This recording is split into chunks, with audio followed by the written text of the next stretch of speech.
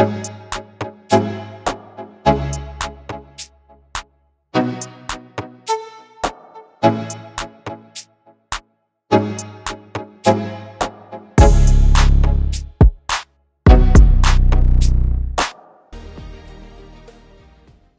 era globalisasi ini, ramai orang mencari rezeki yang halal dalam pelbagai cara.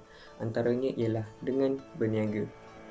Aktiviti berniaga ini dapat memberikan banyak manfaat sama ada kepada diri sendiri ataupun negara. Untuk pengetahuan semua, berniaga ini adalah sebahagian daripada aktiviti ekonomi dan berkait rapat dengan usaha-usaha mengejar peluang menggunakan sumber-sumber ekonomi yang terhad seperti buruh, tanah dan modal. Selain itu, setiap aktiviti perniagaan dan keusahawanan yang dilakukan selaras dengan ajaran Islam dianggap sebagai sebahagian dari ibadah kepada Allah Subhanahu Wa Taala dan boleh memperoleh pahala. Bab kata pepatah, alang-alang menyelut perkasan biar sampai ke pangkal lengan. Tanpa kita sedari, kita dapat mengamalkan ajaran atau amalan baik yang diajar dalam Islam dalam perniagaan seperti bersedekah. Hal ini kerana semua jenis amalan yang dilaksanakan mengikut garis panduan dan ketetapan syariat Islam akan menerima ganjaran daripada Allah Subhanahu Wa Taala. Saya akan menerangkan tentang objektif kajian. Objektif pertama ialah mengkaji konsep perniagaan secara atas talian. Kami memilih atau membuat objektif ini kerana untuk menerapkan nilai kejujuran dalam perniagaan. Pada masa kini, media sosial sering menjadi sumber pencairan rezeki utama. Kita tidak dapat dinafikan pada era globalisasi ini, aktiviti perniagaan secara atas talian menjadi medan tumpuan yang pesat dalam mencari rezeki dalam kalangan masyarakat. Objektif kedua ialah mengenal pasti cara perniagaan atas talian.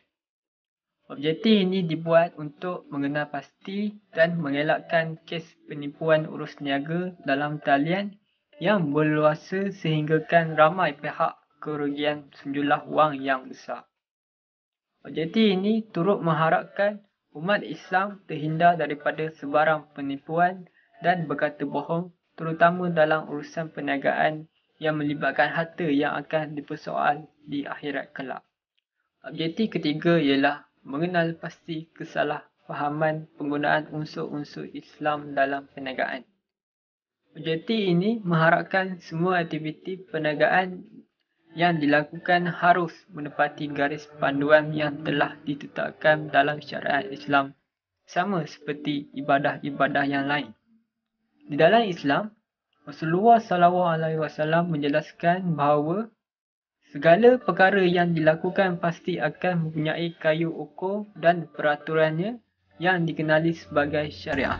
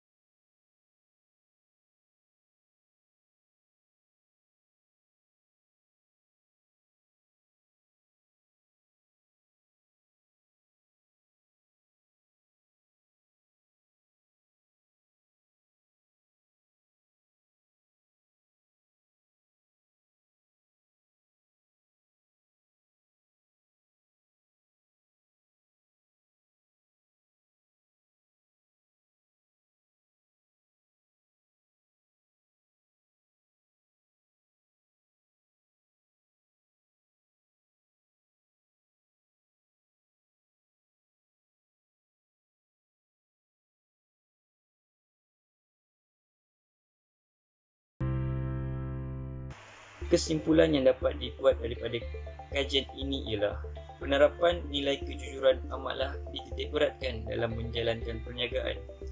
Islam sangat mengambil berat kebenaran dan kejujuran kerana hanya sifat benar dan jujur yang akan membawa kejayaan di dunia dan akhirat. Kita boleh lihat bagaimana kejayaan Rasulullah SAW berniaga sebelum baginda dilantik menjadi rasul dan mendidik para sahabat agar jujur sehingga para sahabat menjadi golongan yang berada yang mampu memakmurkan bumi Madinah Al-Munawwarah daripada cengkaman Yahudi yang zalim. Tetapi malangnya, sebahagian para peniaga pada masa kini telah mencemarkan Islam dengan sifat-sifat yang tercela kerana tamak haloba dengan keindahan dan kemewahan dunia yang sementara. Justru itu, kajian ini kami tumpukan untuk mengupas beberapa objektif, iaitu mengkaji konsep perniagaan secara atas talian. Sebagai peniaga secara atas talian, kita seharusnya tidak mengambil kesempatan dalam memanipulasi kelemahan pembeli dengan menyembunyikan maklumat barangan dan harga sehingga tidak jelas maklumat atau wujud kekeliruan. Objektif yang kedua ialah mengenal pasti cara perniagaan atas talian. Pembelian secara atas talian mempunyai pelbagai platform berlainan bagi memudahkan para pembeli untuk melanjutkan pembelian seperti aplikasi Lazada, Shopee dan sebagainya. Objektif yang terakhir ialah mengenal pasti kesalahpahaman penggunaan unsur-unsur Islam dalam perniagaan. Mutakhir ini lambatkan produk menggunakan label makanan sunnah, air terapi Al-Quran, air tulisan pinggan putih, ayam terapi Al-Quran, baju Melayu sunnah dan sebagainya sering menjadi tarikan pembeli dalam memilih produk. Terdapat juga orang bukan Islam mengambil kesempatan menggunakan unsur-unsur Islam seperti nama orang Islam sebagai cap dagangan mereka. Sebagai contoh, Pau Ahmad, Mi Cap Masjid, Piramli Burger dan lain-lain bertujuan untuk menarik ramai pelanggan untuk memilih produk keluaran mereka.